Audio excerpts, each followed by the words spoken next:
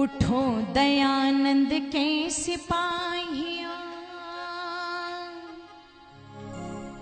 सारों को बोलना है, 7 मिनट बाकी है मेरे पास और एक पर्ची भी पहुंच गई है, तो मैं 7 मिनट के बाद में विराम ले देती हूँ, है ना। सबको बोलना है। सारस्वत मोहन मनीषी जी की बड़ी प्रसिद्ध पंक्तियां हैं, और पंक्तियों में उपदेश क्या है जो ऋषि दयानंद ने कहा। क्या? वेद का पढ़ना, पढ़ाना, सुनना, सुनाना धर्म नहीं है। क्या है? बोल दो जरा। तो परम धर्म का स्वाध्याय होना चाहिए कि नहीं होना चाहिए? होना चाहिए। इसलिए कहा, उठो दयानंद के सिपाहियों, समय पुकार रहा है। देश द्रोह का विषधर फन फैला फुफकार रहा है। उठो दयानंद के सिपाहियों, समय पुकार रहा है।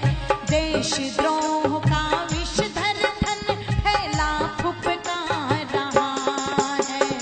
उठो दयानंद के सिपाहियों, समय पुकार रहा है।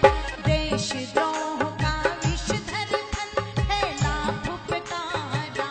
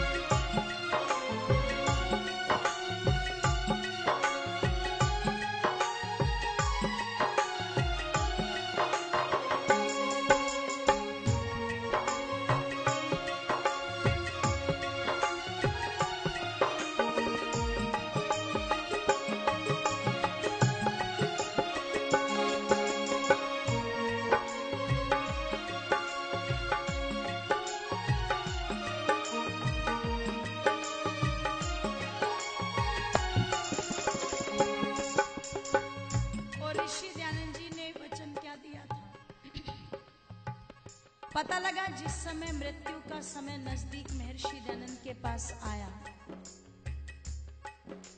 तो आप लोगों ने उस घटना को कई बार सुना होगा। ऋषि दयानंद ने वहां पर प्रश्न किया था, आज तिथि और वार कौन सा है। उसके बाद में क्षौर कर्म कराया, बाल काटने वाले को बुलाया, और उसके बाद में जितने भी वहां पर खड़े थे, चाहे वो पंडित लेखराम हो, लाला साईदास हो, गुरुदत्त विद्यार्थी हो, उन सब से क्या कहा, मेरे पीछे आ जाओ। और ये खिड़की दरवाजे सारे के सारे बोल दो जरा, क्यों खुलवाए थे ऋषि दयानंद ने? इसलिए खुलवाए थे कि आर्य समाज के खिड़की दरवाजे किसी के लिए भी बंद